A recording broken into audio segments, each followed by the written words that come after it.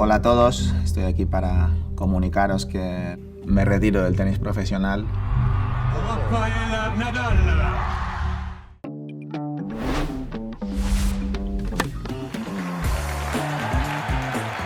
Obviously, not all of us speak Spanish, but I think you know what that was. That was a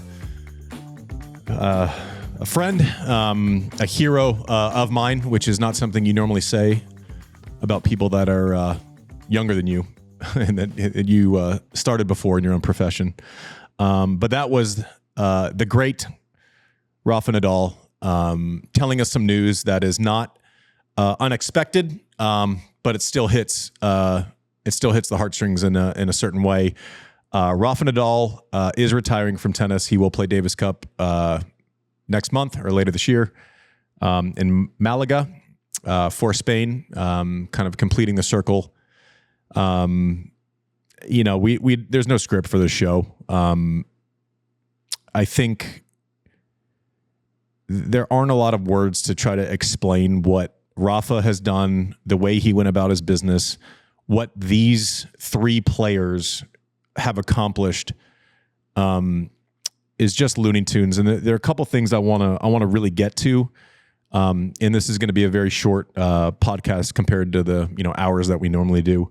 But there's just certain moments in tennis where you kind of have to react in real time, and you feel the need to express the scale of your respect, of my respect. And so we kind of emergency got the team together. Producer Mike here, Techie Sean. Jon Wertheim is traveling, so we will get into a longer Rafa conversation next week. But I'm going to have producer Mike just kind of run through some of the just impossibly complete accolades of Rafa. Yeah, these are ridiculous. I mean, it's 209 weeks ranked ATP world number 1. 5-time year-end world number 1.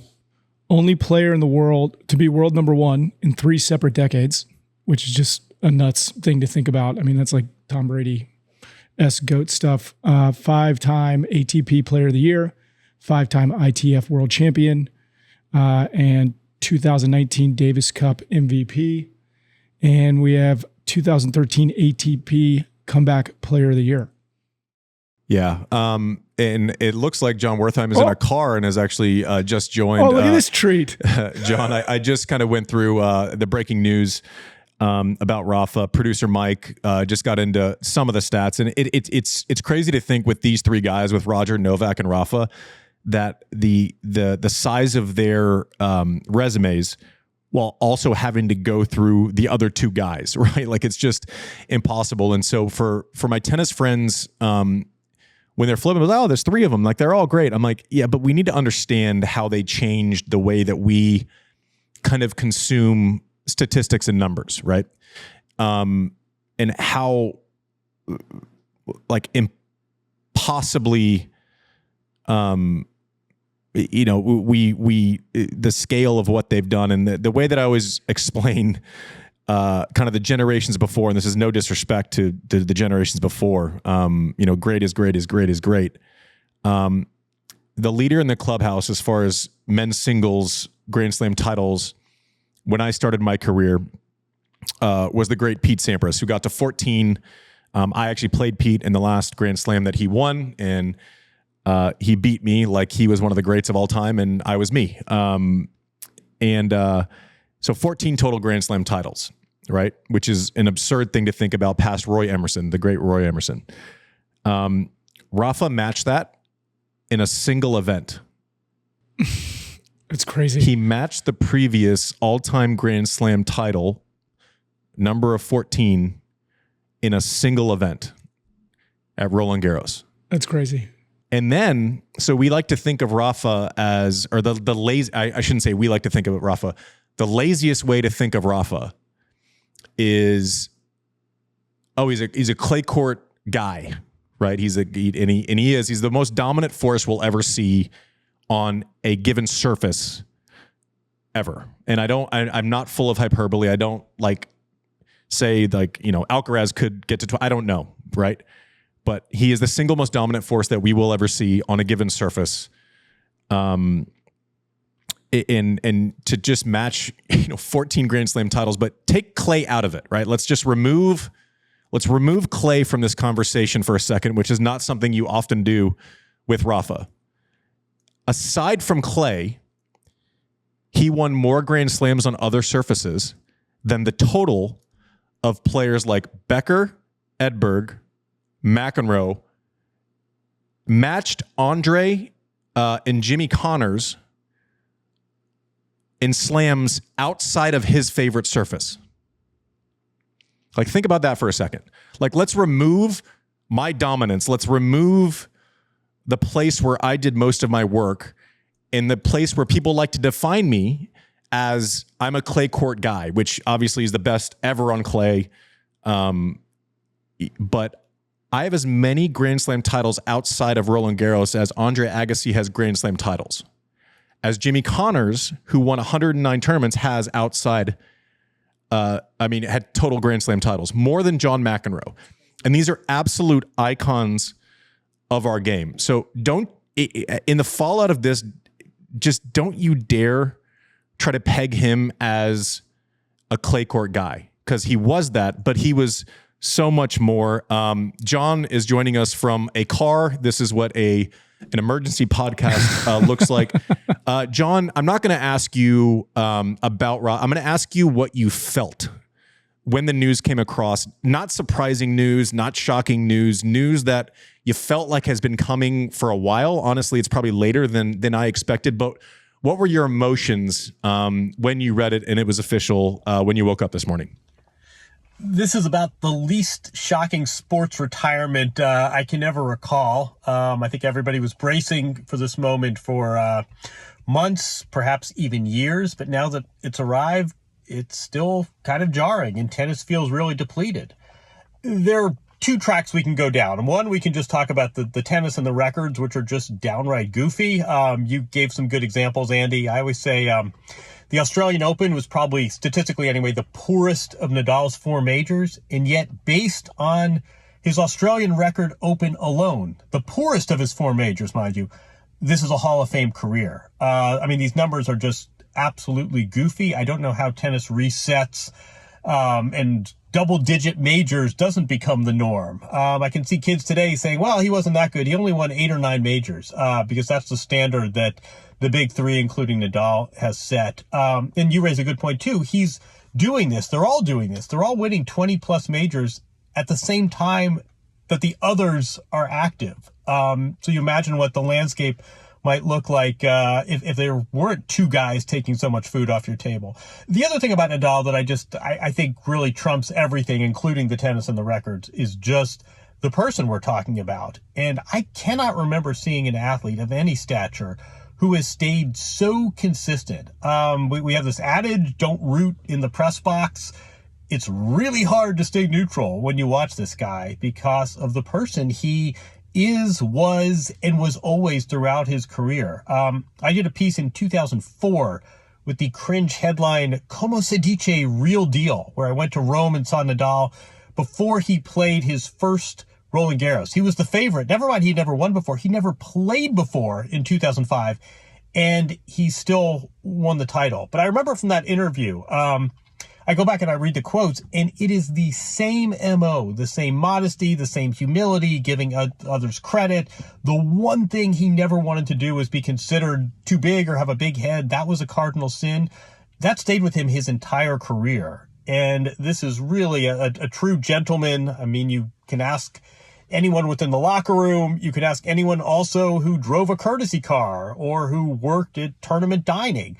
Didn't matter who you were. This was someone who treated you with dignity and respect, and that is something that did not change his entire career. For all he accomplished, as big as his life and his world got, as much money as he made, the quotes you get from Rafa Nadal in 2024 are the same you get from him as a teenager. This theme of doubt as motivation. The worst thing you can do is be considered cocky. Humility, modesty, it was there from the beginning and it never left him. This is a real loss for the sport.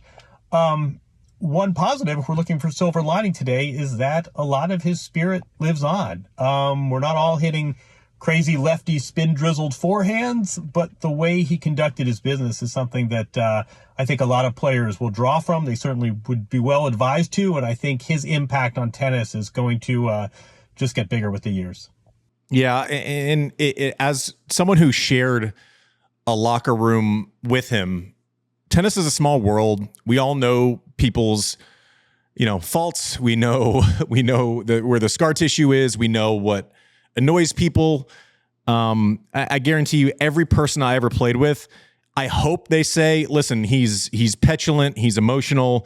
He can be he can be a d-bag sometimes." But like, my best case scenario is that, like, past that, okay, but he'd probably give you a kidney if you needed it. Like, Rafa doesn't have, you don't have to set the table for his decency, right? You don't have to set the table for him being okay, because he never really, if he had a bad day, he never showed it, right? It didn't affect him saying hello. It didn't affect him giving respect. He didn't affect the way he was in the training room. And he just set the tone for, all right, let's simplify massive concepts, right? Competing all the time. Okay, sounds easy enough. Let's just try our hardest all the time. But mentally resetting each time before each point sounds easy. It's not easy over the course of 20 plus years. It's just not. And so the discipline of consistency, is probably unmatched. He hasn't broken a racket ever. No one's seen him break a racket. That's like impossible. That's like, it just doesn't really happen, especially in sports where you're reacting to stuff and the expectations are there. Just full of decency. I don't know that he has an enemy on tour. Like, and that's just and you can say that, but actually think about that, where you don't annoy anyone for 20 years when you're beating their asses. I can't think of anything. Like, I'm annoyed by people because they're beating me all. I was annoyed this morning at Dingles because I lost points to a couple of guys. Like, I thought less of them as humans for like 3 seconds before my rational self took over. So it's weird. I think the emotions for me are, I have a hard time. I was a little intimidated coming in here just because I have a hard time feeling like I'm going to fully be able to acknowledge the bounds of my respect for someone that I shared part of a career with, right? And it's just it's an interesting thing. And I remember specifically in 2004, so he was kind of an up and coming prospect who people we're talking about. I had played him at the US Open and I ran right through him at the US Open. It was 6-0, 6-2, 6 something, second round. And at that point in his career, I walked off the court and I go, okay, he's a really good young player. He doesn't serve massive, he can't blow you off the court yet. And I go, well, we'll see. So then fast forward like 3 months later, we're playing in Seville in the Davis Cup final. And it was at that point, it was the largest crowd that had ever watched a sanctioned match. So not Battle of the Sexes.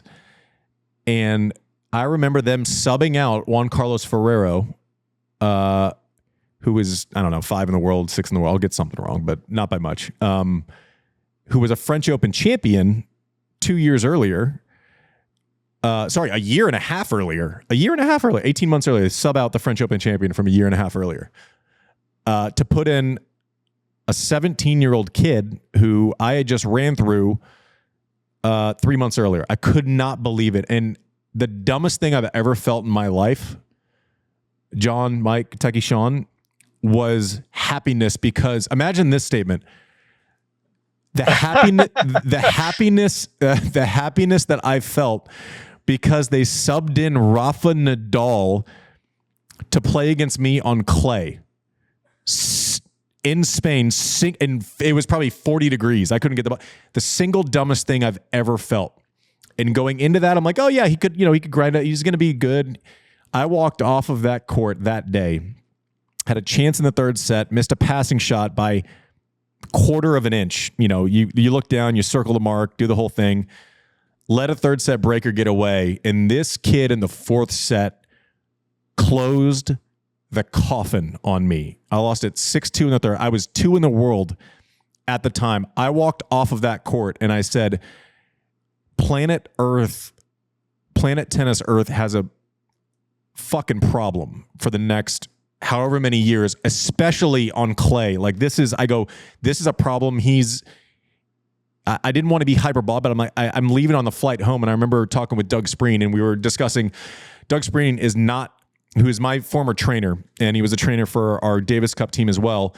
We're talking about him, and Doug is not prone to being a victim of the moment at all. I'm way more emotional than he will ever be. And he goes, he's going to win 7 Roland Garros titles. Wow. And I go, okay, like, was it just the speed? Was it like, no, it's everything. It's just all of it. It's so like, if we're going to break down what it feels like, so the strength, the ball is the heaviest ball you've ever felt, right? And by heavy, it's a combination of power, spin, and height, right? So the spin, it jumps off the court, it takes a leap off the court, and the RPMs literally grind against your racket.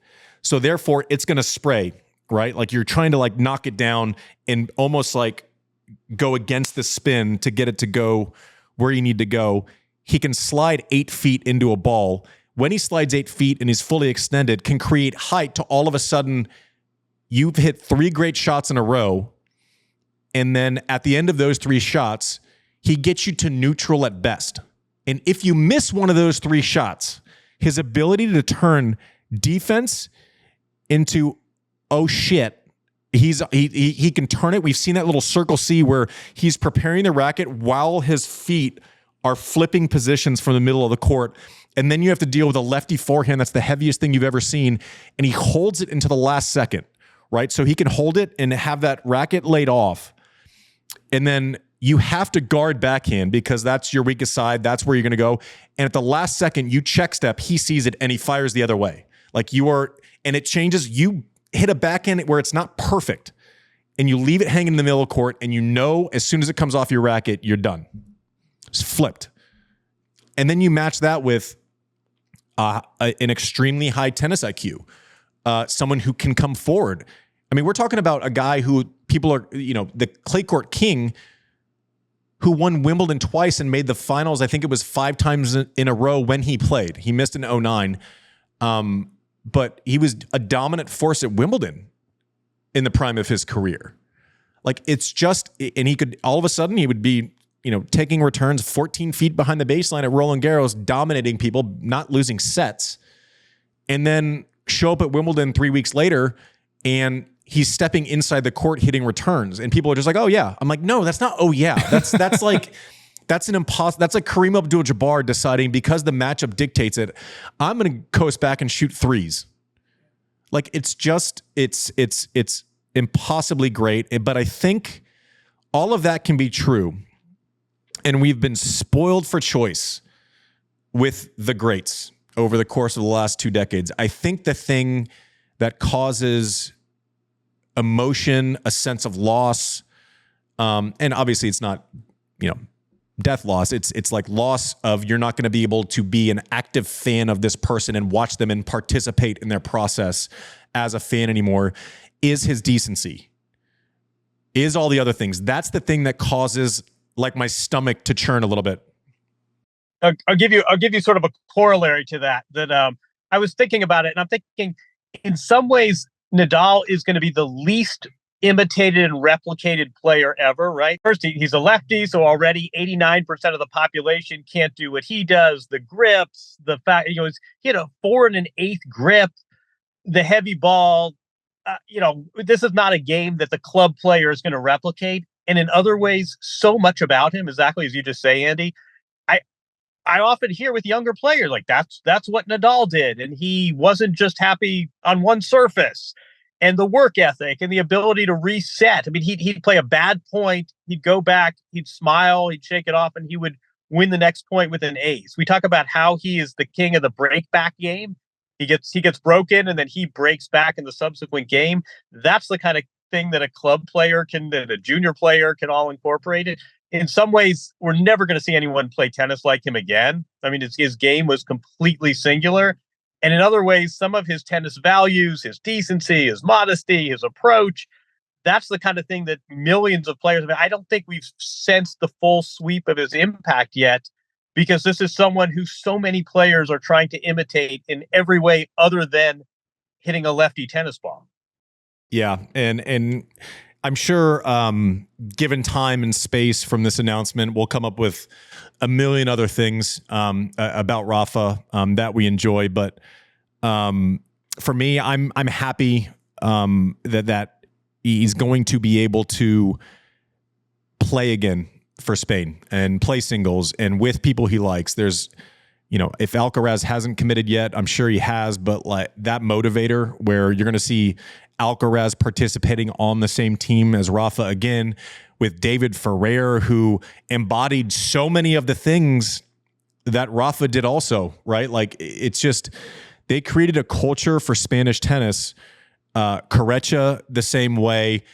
Rafa had great people to look up to, and then he improved on all of those things, right? He took all of the positive stereotypes and characteristics of Spanish tennis and then applied otherworldly talents to them. So to Jon's point, there are things that us normies can never replicate. We can never duplicate. I will never in my life, I can do a lot of things with a tennis ball. I cannot, by choice, go out and hit a ball and create a spin neck mechanism, even just for fun. Even just for fun, I can't go out and just do it. Like, it's such an otherworldly talent, but you tell a 7-year-old, watch this guy, watch his temperament, watch the way he gets back. He's the most like simultaneously, I've never seen someone who is entirely relatable and completely unrelatable in the best ways. So I'm sure we'll get into it more next week, but it's just going to be, it was an honor and a privilege for me to share a court with Rafa. I don't know how many we did, maybe 10 times, something like that. Share a career, share a locker room. It's not often that someone who is younger than you and who is trying to take your lunch becomes one of your idols. But he absolutely is. And for good reason. He's an idol of many, many players, older generations, younger generations, someone that we're going to be able to point to for a long, long time. And it seems like he's passed a lot of those attributes down. We see it every day in, the way that Carlos Alcaraz deals with people. I don't think that's accidental. I just don't. I believe in having idols that you can look up to. And Rafa, you're an idol of mine. I hope the other side is as great as the career was. It was my honor to share a court with you. I know I speak for the entire tennis world when we say our respect is endless. We love you. We will miss you. And we hope you don't become a stranger, and we know you won't. This has been Served, Rafa edition. I'm Andy. He's Jon. That's producer Mike. That's Techie Sean. Rafa, we love you, man.